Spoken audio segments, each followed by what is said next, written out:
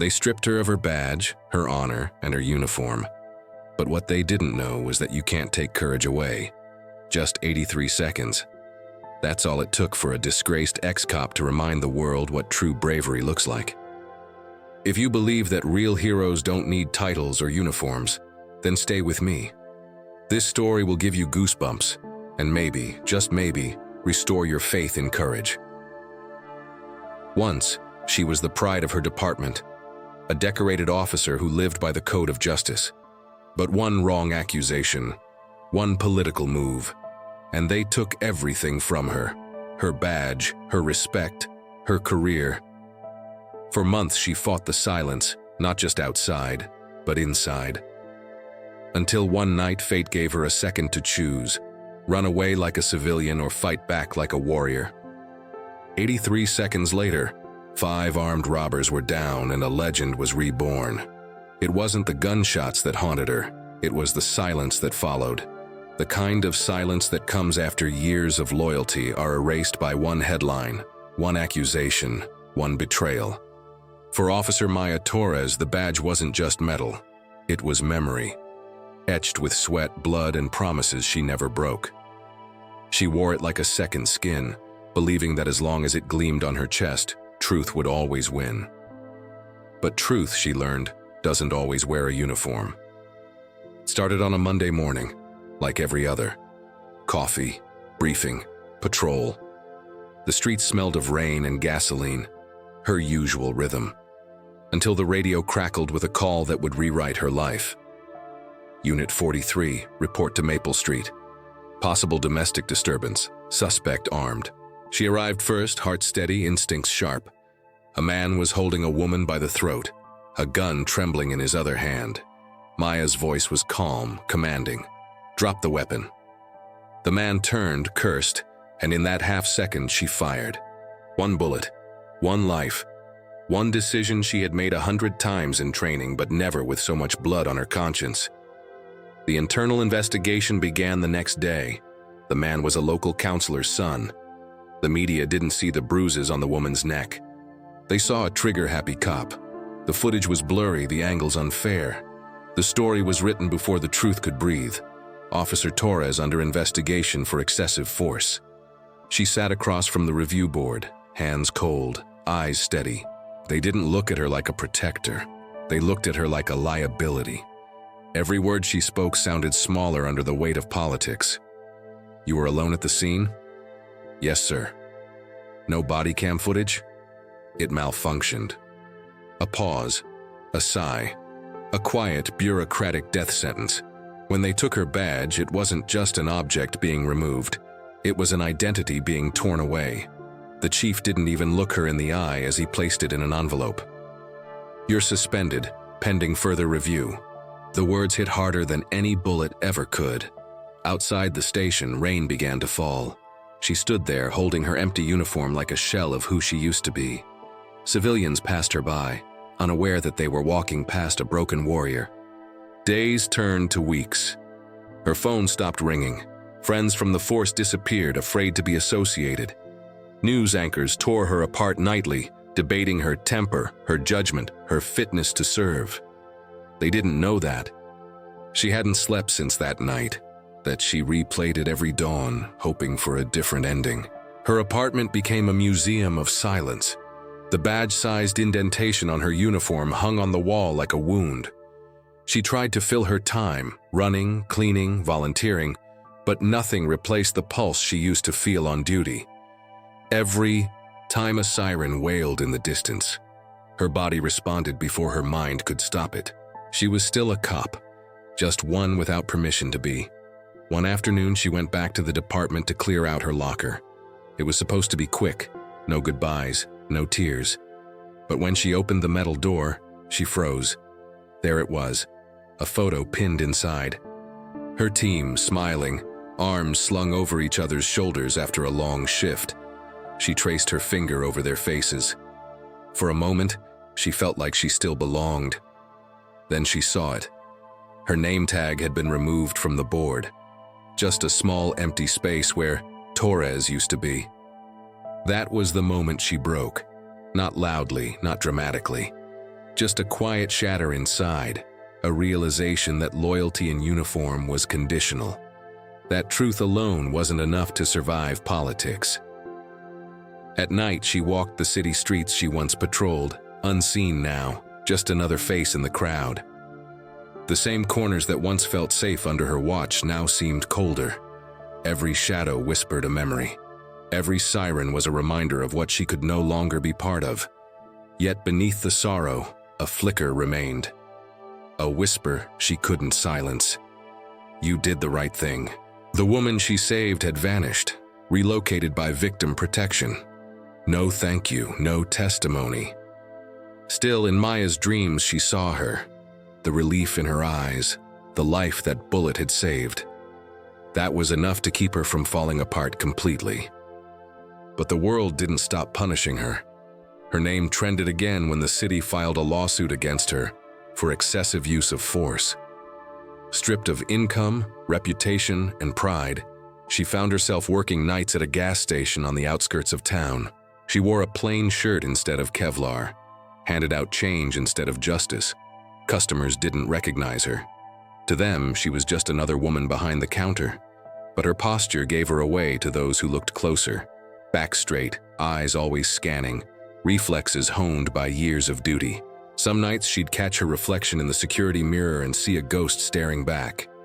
Not of the man she'd shot, but of the woman she used to be. She'd whisper to herself, "You didn't fall. You were pushed." Still, she felt the weight of every life she'd touched in the force, every oath she'd sworn, and beneath all the pain, something unbroken remained, a seed of defiance. Because deep down she knew the truth. They could take her badge, but they could never take the instinct that made her a protector. And that instinct, buried under shame, anger, and grief, was waiting for its moment to rise again.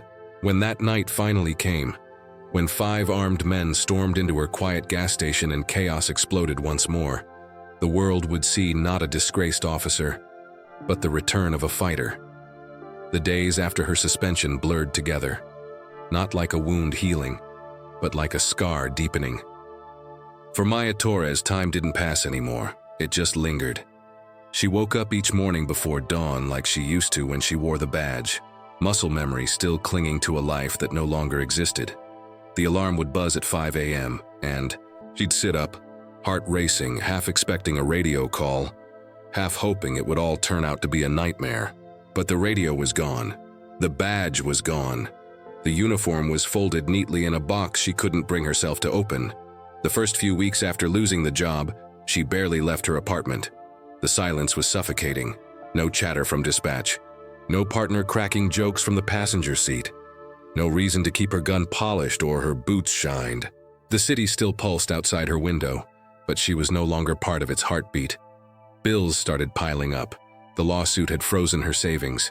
Her landlord grew impatient, so she took the only job she could find, a night shift at a 24-hour gas station on the edge of town. It was ironic, almost cruel. The woman who once protected the city now scanned snacks for strangers and restocked shelves under flickering fluorescent lights. The hum of the old refrigerator became her new patrol siren. Every time the doorbell chimed as someone entered, her hand would twitch toward her hip, where her holster used to be. Old instincts die hard. Her co-workers didn't know her story. She told them her name was Maya T and that she used to work security. No one asked for more. It was easier that way. The less people knew, the less they could judge. But the nights were long, and memories had no closing hour. Every time a loud noise echoed outside, her body tensed. Every shadow near the window felt like a threat, and every now and then she'd see a couple arguing in the parking lot. A man shouting, a woman crying, and her heart would pound like it did that night on Maple Street. Only this time she couldn't intervene. She wasn't allowed to. That helplessness cut deeper than any punishment. When she couldn't sleep, she trained. The old habits were her only therapy. Push-ups, pull-ups, running through the empty streets at dawn when the world was still half asleep. She still carried the discipline of the force in her bones, even if the world had stripped her of the right to use it. Neighbors saw her shadow moving through the courtyard at 6 a.m. Lunges, punches, kicks, sweat dripping under the rising sun. To them, she looked obsessive. To her, it was survival. Each repetition was a conversation with the ghosts of her past. Each breath was a fight against the guilt that never left her, and guilt, that was the cruelest of her companions. It didn't scream or shout. It whispered. What if you hadn't pulled the trigger? What if he had surrendered? What if they were right about you? She'd try to drown those thoughts in exhaustion, running until her lungs burned, punching until her knuckles ached. But guilt always found a way back, like smoke seeping through cracks. Sometimes in the quiet of the night shift, she'd turn on the security monitors and just watch cars coming and going, people laughing, arguing, living. The world kept spinning, untouched by her tragedy. It was strange. She'd spent her career protecting people who'd forgotten her in a heartbeat. Still, not everyone forgot. One evening, as she was refilling the coffee machine, a familiar face walked in, Captain Reyes, her former commanding officer. He looked older, wearier. For a long moment, they just stared at each other. The air between them was heavy with unspoken words. "Maya," he said finally, his voice low. "Captain," she replied without looking up. He hesitated, then slid a folded newspaper across the counter. "They closed your case. Officially ruled justified use of force." Her hand froze. She didn't pick it up. "Doesn't change anything, does it?" she asked quietly. "No," he said, "but it should." He looked at her one last time, guilt in his eyes too, then left. She waited until he was gone before opening the paper. Her name was printed there, small in black and white. Former officer cleared of wrongdoing in 2023. Shooting. Cleared. The word tasted hollow. There was no ceremony, no apology, no reinstatement. Just silence. Just her. That night, she went back to her apartment, turned off all the lights, and sat in the dark. She stared at her reflection in the window, not as a cop, not as a hero, just as a person who had lost everything for doing the right thing. Tears finally came, slow, quiet, unstoppable, not for the job, but for the belief that justice always rewarded those who fought for it. When the sun rose, she wiped her face, stood up, and made a choice. If the system didn't want her, she'd still live by her code. Badge or not, she would not stop being who she was. So she trained harder, took self-defense classes for women on weekends, unpaid, helped elderly neighbors carry groceries, fixed kids' bikes left abandoned in the courtyard. She didn't call it redemption, she called it duty. Bit by bit, she started rebuilding herself, not as Officer Torres, but as Maya, the protector without a uniform. Still, every night, when she clocked in at the gas station and saw her reflection in the bulletproof glass, the same thought echoed. You can take the badge off a cop, but you can't take the cop out of her soul. And deep inside, she knew the world hadn't seen the last of her yet. The clock above the counter ticked past 2:13 a.m., that strange hour when the world feels like it's holding its breath. The streets outside were empty, the rain tapping gently against the glass, and the neon sign of Quick Mart flickered like a heartbeat on life support. Maya Torres wiped down the counter, lost in the rhythm of her routine. She had worked this shift for months now, long enough for her to recognize the regulars, the late-night truckers, the students, the lonely. She had memorized the sounds of the store, the hum of the fridge, the faint hiss of the coffee machine, the way the automatic doors groaned before they opened. But tonight, something felt wrong. It was subtle at first, the kind of unease you can't explain, just feel in your bones. Her instincts, the same instincts the department had once praised, were whispering again. Then the doors slid open. 5 men stepped inside. They didn't look like customers. Hooded, masked, shoulders tense, predators hiding behind casual swagger. Maya's eyes caught the glint of metal at one man's waist. Guns. Her pulse quickened, but her face stayed calm. Years of training buried every flicker of fear beneath layers of discipline. She watched as they spread out, wordlessly, like they'd rehearsed this before. One locked the door. Another yanked down the blinds. The third pointed his weapon toward the counter. The leader, tall, broad-shouldered, with a tattoo crawling up his neck, slammed his gun on the counter, cash now. No alarms, no heroics. Maya raised her hands slowly. Her voice was steady, too steady for a cashier. Take what you want. Her heart raced, but her mind was calculating. Distances, angles, exits, potential threats. She counted them silently. 5 men, 2 with guns drawn. 1 near the cooler, 1 by the door, 1 watching me. She could smell the gun oil, sharp, metallic. Her old training kicked in, automatic. Keep them calm by time. Look for openings, the leader barked again. Move! Maya opened the register, her fingers trembling. Not from fear, but from control. She placed the cash into a plastic bag and slid it forward. He snatched it without looking, waving his weapon carelessly. The other men started grabbing cigarettes, liquor, anything they could carry. Then from the back of the store came a sound. A faint whimper. A teenage boy. One of the delivery helpers. He'd been restocking the cooler, frozen now behind a row of soda bottles, eyes wide in terror. The man by the door spotted him. We got another one. Maya's heart stopped. She saw the way the gun shifted, the way panic lit the boy's face. In that split-second, instinct took over. Wait, she shouted. He's just a kid. The leader turned to her, his eyes narrowing. Shut up, lady. He pointed the gun at the boy. And that's when everything inside Maya snapped back to life.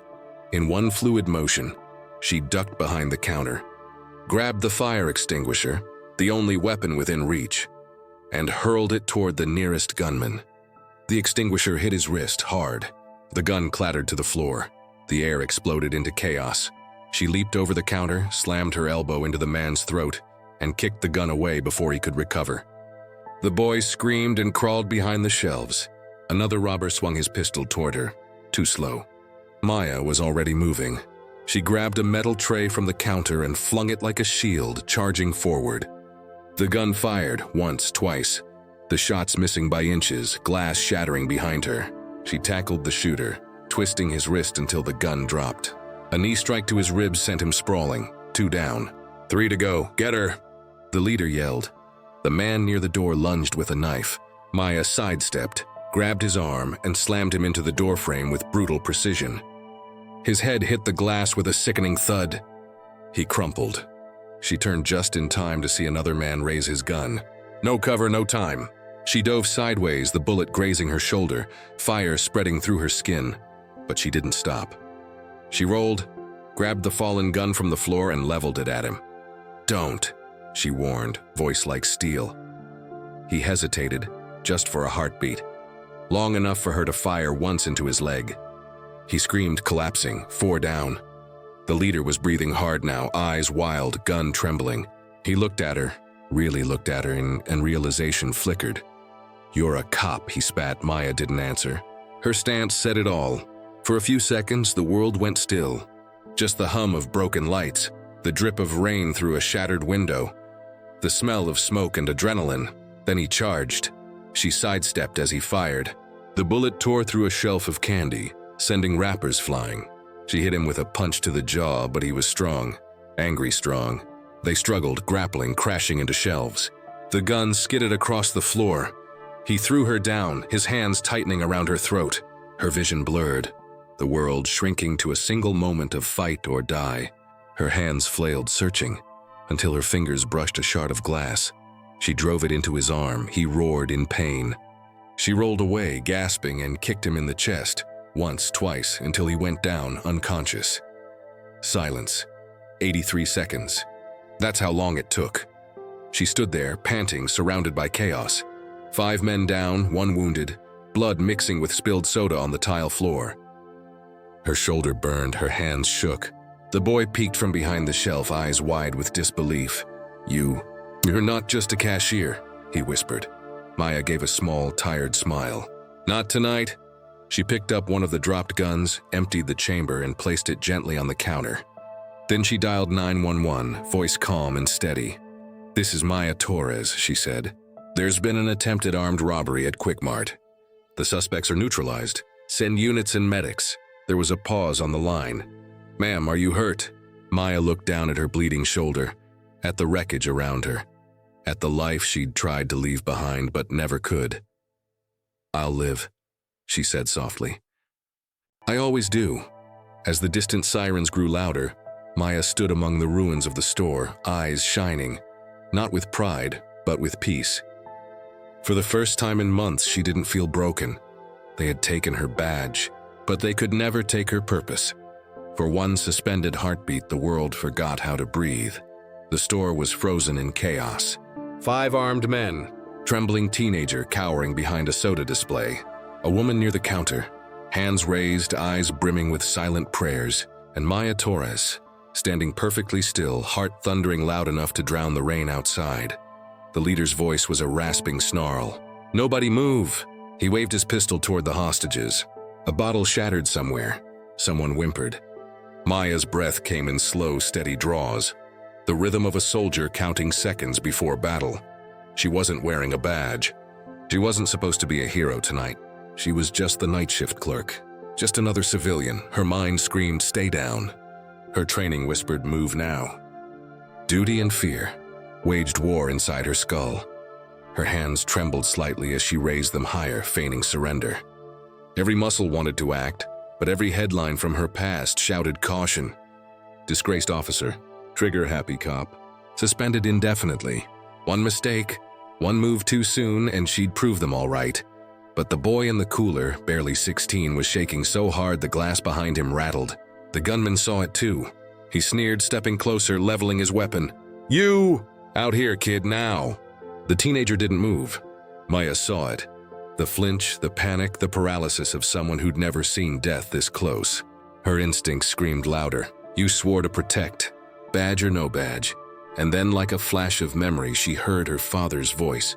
He'd been a firefighter, long gone now, but his words had lived in her bones. "Courage isn't the absence of fear, mija. It's what you do when fear starts talking." That was the moment the choice stopped being a choice. Maya exhaled slowly. The air around her felt heavier, denser, as if the universe itself were holding its breath for what came next. She shifted her weight, barely an inch, but her body remembered. Training wasn't something you could unlearn. She could still feel the grip of her service pistol, the recoil, the angles. Except tonight there was no weapon, just instinct and resolve. She scanned the room with a glance quick as a heartbeat. 2 men by the counter, one by the entrance, one near the back, one watching the kid. Distances. Lines of fire. Possible cover. The fire extinguisher under the counter glinted faintly in the emergency light. The leader barked again. "Move, kid, or I swear." That word, swear, hit something deep inside her. She remembered the oath she'd once taken, the one etched into her memory during academy graduation. To serve and protect. To act when others freeze. To stand when others fall. And now, stripped of title and trust, the vow came back to her in its purest form. To protect, even without a badge. Her pulse slowed. Her vision sharpened. Every sound became crisp. The dripping of rain, the boy's shallow breathing, the metallic click of a gun being cocked. Fear no longer ruled her. It fueled her. She thought of the months she'd spent alone, training in silence. The push-ups, the runs, the nights punching shadows until her hands bled. It had all been leading to this. Every ounce of pain had been preparation. Maya whispered to herself, barely audible. "Not today." The robber's finger tightened on the trigger. And then she moved, a blur, a storm. A reflex born of every fight she'd ever survived. She yanked the fire extinguisher from beneath the counter, pulled the pin, and blasted it toward the gunman. The thick white fog erupted across the room, blinding everyone. The hiss drowned out the screams. She ducked low, rolling toward the aisle. A shot rang out, wild, desperate. Another. She heard the glass shatter behind her, felt a shard nick her cheek. Pain was irrelevant now. The fog thickened, covering her like armor. Through it, she moved unseen. The first man coughed violently. She was on him in seconds. One strike to the throat, another to the wrist. The gun clattered away. She caught it mid-air. The teenager gasped from behind the shelf. "What do I do?" "Stay down," she commanded. The voice was back, the officer's voice, steady, unflinching. Another gunman appeared through the mist, shouting. She ducked behind the counter as bullets tore through cereal boxes. Her breath was ragged, but her mind was ice clear. This is what you were made for. She popped up, fired once into a shelf near his head, not to kill, but to distract. He flinched. She rushed him, disarming him with a twist and a knee strike. He went down hard, 2 seconds, 3. Another step closer to survival. The leader screamed orders, but his men were disoriented, coughing through the haze. Panic had replaced control. That was her advantage.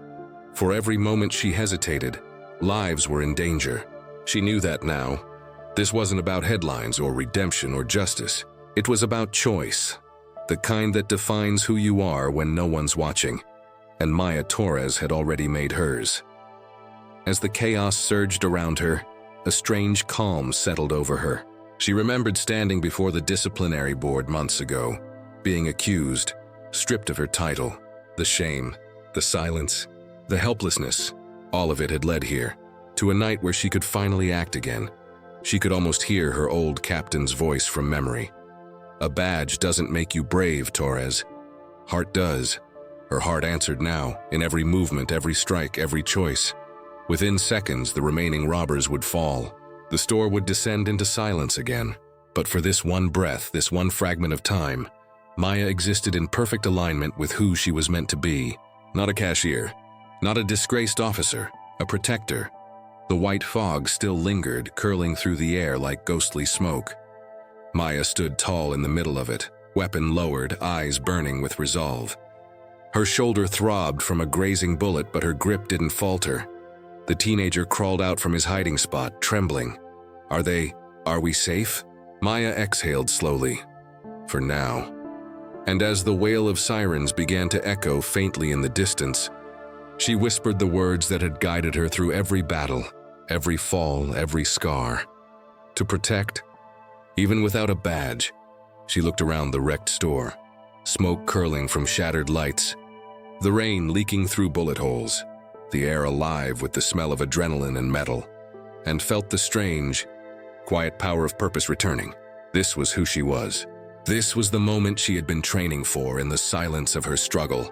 Not revenge, not redemption, just the choice to do what was right when fear demanded surrender. And in that moment, Maya Torres was an officer again, not by title, but by truth. 83 seconds. That's all it took. But in Maya's world, those seconds stretched into an eternity. Each heartbeat a decision, each breath a battle. The fire extinguisher hissed its final gasp, and the air filled with thick, ghost-white fog. The robbers coughed and cursed, blind and disoriented, waving their guns in every direction. Maya moved through the haze like a shadow reborn. Second 1 to 5, she dropped to one knee behind the counter, mind slicing the scene into angles and distances. 2 near the register, 1 by the aisle, 2 covering the door. She memorized their positions, their blind spots, the geometry of chaos. Her hands, steady despite the tremor in her chest, reached for the fallen weapon she'd stripped from the first man. Loaded, safety off, weight familiar. Her old friend back in her grip. Second 6 to 12. A shot cracked the silence, wild, panicked. It missed her by inches, exploding a coffee machine behind her. Scalding liquid hissed down her arm. Pain flashed. She ignored it. She countered with one sharp movement, a low roll that brought her within striking distance of the nearest gunman. He didn't even see her coming until her elbow slammed into his jaw, spinning him into the shelves. His gun clattered to the ground. 2 down, 3 to go. Her pulse stayed calm, her breathing controlled. Training wasn't a memory anymore. It was muscle, instinct, fire. Second 13 to 22. The leader yelled, his voice cracking through the fog. Find her! She's behind the counter. Footsteps scattered. Chaos, exactly what she wanted. She snatched a metal rod from a mop bucket, improvised weapon, perfect leverage. She slid across the floor, the cold tiles slick beneath her boots, and struck low, sweeping another robber off balance. He hit the ground hard, gasping for air as she jammed the rod against his wrist until the gun slipped free. Don't, she hissed. Stay down. Her tone left no room for argument. He obeyed. Second 23 to 33, bullets tore through the fog. Shelves exploded in a storm of cereal, candy, and glass. Maya dove behind a freezer door, the impact rattling her spine. She could hear the robbers panicking now, the uncertainty in their voices. They weren't trained. Her mind moved faster than her body and scanning, calculating. One of them reloaded clumsily, the metallic click giving him away. She burst from cover before he could aim, closing the distance with a burst of speed that startled even her. One hand deflected his weapon upward. The other drove the butt of her stolen gun into his temple. He dropped like a marionette with its strings cut. Second 34 to 44. Her heart pounded, not from fear, but from rhythm. This was the dance she'd forgotten, the choreography of courage. Every movement precise, every strike deliberate. The fog began to thin, smoke and dust mingling into a ghostly mist. The leader saw her silhouette emerging and fired. The bullet grazed her shoulder, hot, searing pain. She stumbled, caught herself against the counter and ducked behind it. Her vision flickered for a split second. Pain was trying to crawl in, but she shoved it out. Not now, not here. Second 45 to 55. She looked around for anything, distraction, cover, weapon. Her eyes locked on a glass jar of lighter fluid near the shelves. Next to it, a box of matches. Her instincts clicked. She grabbed the jar, tossed it toward the leader's feet, and flicked a match across the counter. The liquid ignited instantly, a burst of flame and smoke that sent him stumbling back, screaming. She advanced, low and fast, kicking the gun from his hand before he could regain control. It skittered across the floor, spinning under the aisle. Second 56 to 68. Only one left now, the youngest of the crew, terrified, hands shaking as he pointed his gun toward her. Don't come closer, he shouted, voice cracking. For a heartbeat, Maya saw herself. Not the officer, not the fighter, but the human being. The same fear that once lived in her during her worst nights now stared back at her through that boy's trembling hands. "You don't want to do this," she said softly, lowering her gun. I can't go to jail." "Then drop it." Her tone wasn't a command. It was mercy. For 3 long seconds, the boy hesitated. Then, slowly, the gun hit the floor. Second 69 to 73. The silence that followed was deafening. Smoke hung heavy, lights flickering. The sound of rain outside, now impossibly loud. Maya's arms trembled as adrenaline drained from her veins. She kicked the last weapon away, her body aching from impact, her shoulder bleeding. But she was still standing. Her eyes scanned the room. 5 men down. Civilians hurt. Second 74 to 83. The teenager from earlier crawled out from behind the soda machine. "Are they gone?" Maya nodded, breath shallow. "It's over." Then came the faintest sound, the kind that slices through the aftermath. Sirens. Distant, rising, growing louder. She leaned against the counter, chest heaving, as the store bathed in flashes of red and blue light. For the first time in months, she wasn't running from those lights. She was standing in them, her reflection caught in the glass door. Messy hair, blood-streaked face stood on her arms, but her eyes burned bright. The same fire that once lit her badge now burned freely, uncontained by authority or title. 83 seconds. That was all. 83 seconds to transform silence into strength. To prove that courage doesn't need permission. To remind herself, and the world, that once a protector, always a protector. As the officers stormed in, weapons drawn, Maya raised her hands slowly. "Old habits, old reflexes, ma'am, step away from the suspects." She did, calmly. The young officer leading the charge froze for a moment, recognizing her. "Wait, you're Torres," Maya didn't answer. She just nodded toward the robbers sprawled on the floor. "They're alive. Call an ambulance." The officer's expression shifted, confusion, awe, disbelief. He looked around at the wreckage, then back at her. "You did all this alone." She shrugged, wincing at her shoulder. "Had a little help," she said softly, glancing at the boy hiding behind the counter. And as paramedics rushed in, she finally allowed herself to breathe. Deep, slow, human. When the captain arrived, the same one who'd once signed her suspension, his eyes met hers across the chaos. No words, just understanding. He didn't salute. He didn't scold. He simply said, 83 seconds. Maya gave a tired, faint smile. That's all it took, and in that look, something unspoken passed between them. The acknowledgement that honor isn't handed by a badge. It's earned by heart. The morning after the gunfight, the world knew her name again, Maya Torres.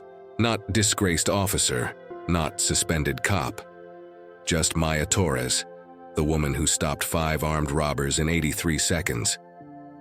By dawn, the convenience store was swarming with reporters. Broken glass still glittered on the pavement like fallen stars, the air thick with the smell of burnt coffee and gunpowder.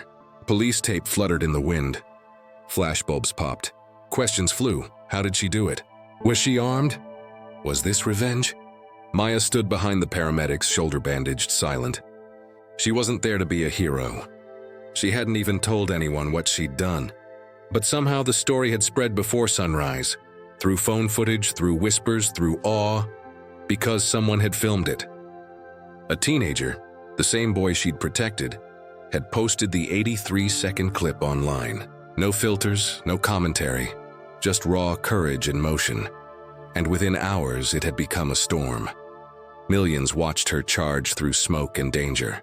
Millions saw the way she moved, precise, fearless, relentless, and the way she lowered her weapon at the end instead of firing that last shot. For the first time in a long time, the internet wasn't angry. It was inspired. Day 1. The headlines flipped. Suspended officer saves hostages. Hero without a badge. 83 seconds of bravery. News anchors called her a symbol of courage. Talk shows dissected every frame. Former colleagues, the same ones who'd turned away months ago, suddenly found their phones full of messages that began with, "Did you see what she did?" The department tried to contain it, calling it an unfortunate situation handled exceptionally. But the people weren't buying cautious statements. They wanted answers, and they wanted justice for her. Day 2. Maya woke up to hundreds of messages, some from strangers, some from officers she hadn't heard from in months. One message stood out, from the widow of the man she'd shot during the incident that cost her badge. It read simply, "I saw what you did last night. I forgive you." He would have too. Maya read it 5 times, her vision blurring. That single sentence carried more weight than any medal ever could. She closed her eyes and let the tears fall freely. For the first time in a year, they weren't tears of guilt. They were release. Day 3. Outside the convenience store, flowers piled high. Handwritten notes taped to the doors read, "Thank you for being brave. Real heroes don't wear badges." 83 seconds. Forever proud. The boy who had filmed the video came to see her again. His voice shook when he spoke. "I didn't mean for it to go viral," he said. People needed to see." Maya smiled softly, resting a hand on his shoulder. "You did good, kid. Showed the truth." He looked up at her, eyes shining. "Does this mean you'll be a cop again?" Maya hesitated. The question hit deep, deeper than she expected. Her badge might never return. The politics, the paperwork, the mistrust, that door was probably closed forever. But standing there, surrounded by people she'd protected, she realized something powerful. She didn't need it anymore. The badge had been her symbol. But the courage, that had always been hers. Day 5. A press conference. Cameras flashing. The chief spoke to the crowd. Maya Torres acted with extraordinary bravery. While no longer serving as an officer, she demonstrated the highest ideals of our department. "We will be reviewing her case." Maya stood behind him, uncomfortable in the spotlight. Reporters shouted her name. Microphones crowded forward. "Do you want your badge back? Do you feel vindicated? How does it feel to be called a hero again?" She met their questions with a calm, steady gaze. The same look she'd given danger itself. "I never wanted revenge. I just wanted to protect people. That's all I ever wanted. Badge or no badge, that doesn't change." Her voice trembled on the last word, but she didn't hide it. The room went silent. Even the reporters lowered their cameras for a moment. Because in her voice there was no bitterness, no drama, just truth. Day 10, petitions started online. Tens of thousands of signatures. Reinstate Officer Torres, but Maya never signed them. She didn't campaign for it. Instead, she began volunteering, teaching women self-defense, mentoring young cadets who reminded her of herself years ago. One of them, a young recruit named Elena, once asked, "Why didn't you fight to get back in uniform?" Maya smiled, looking at her hands. The same hands that once trembled in fear, that now taught others how to stand strong. "Because I realized something," she said softly. "I never lost what mattered. They took my badge, not my purpose." Elena nodded slowly. "You still protect people." "Yeah," Maya said, a quiet pride in her tone. "Just in a different way. Day 20, a ceremony. Unofficial, unplanned. The community held it, not the department. Hundreds gathered outside the gas station, candles flickering in the twilight. The mayor spoke briefly, but it was the people who mattered. The mother of a hostage, the teenage boy, the old man who came to buy cigarettes every night. When Maya stepped up to the small stage, the crowd fell silent. The air hummed with reverence. She took a breath and looked out at them. Faces she'd never met, hearts she'd somehow touched. "I used to think a uniform made you brave," she said. "That courage came from training or rank. But it doesn't. It comes from choice, from doing what's right, even when no one's watching, even when the world's already decided who you are." A pause. Her voice softened. That night wasn't about redemption. It was about remembering who I am. The applause was thunderous. But what struck her most were the tears. The ones in strangers' eyes. The ones that mirrored her own. Later that night, long after the candles burned out and the crowd dispersed, Maya stood alone outside the store. The moonlight shimmered across the wet pavement. She reached into her pocket and pulled out the small, scratched metal badge she'd kept all this time, not as a symbol of authority, but as a reminder of who she'd been. She turned it over in her palm. The words, "serve and protect," caught the light. Then quietly, she placed it down on the counter inside, right where the fight had begun. "You served your time," she whispered. "Now I serve mine, differently." She stepped outside, took a deep breath, and looked toward the horizon. The city lights flickered in the distance, alive and waiting. Somewhere someone would need help again, and Maya Torres would still be ready, because courage isn't about badges, it's about choice. And she had already made hers. Her honor was never taken. It was simply waiting for her to claim it back. And now it was hers forever. The sirens faded. The cameras stopped rolling. The world moved on, but her story stayed. Because sometimes redemption doesn't come wrapped in applause. It comes in quiet moments, in the split-second choices that define who we really are. Maya Torres didn't fight for glory. She didn't fight for a title. She fought because courage never retires. It just waits for the right moment to rise again. They took her badge, but they could never take her purpose. And in just 83 seconds, she reminded the world that a true protector doesn't need permission to be brave. If her story moved you, share it. Not for her fame, but for someone who's forgotten their own strength. Because somewhere, right now, someone is doubting themselves. And maybe your share, your words, your reminder, is the spark they need to rise again. Tag someone who needs to hear this. You don't need a badge to make a difference. You don't need approval to be brave. All you need is 83 seconds of courage.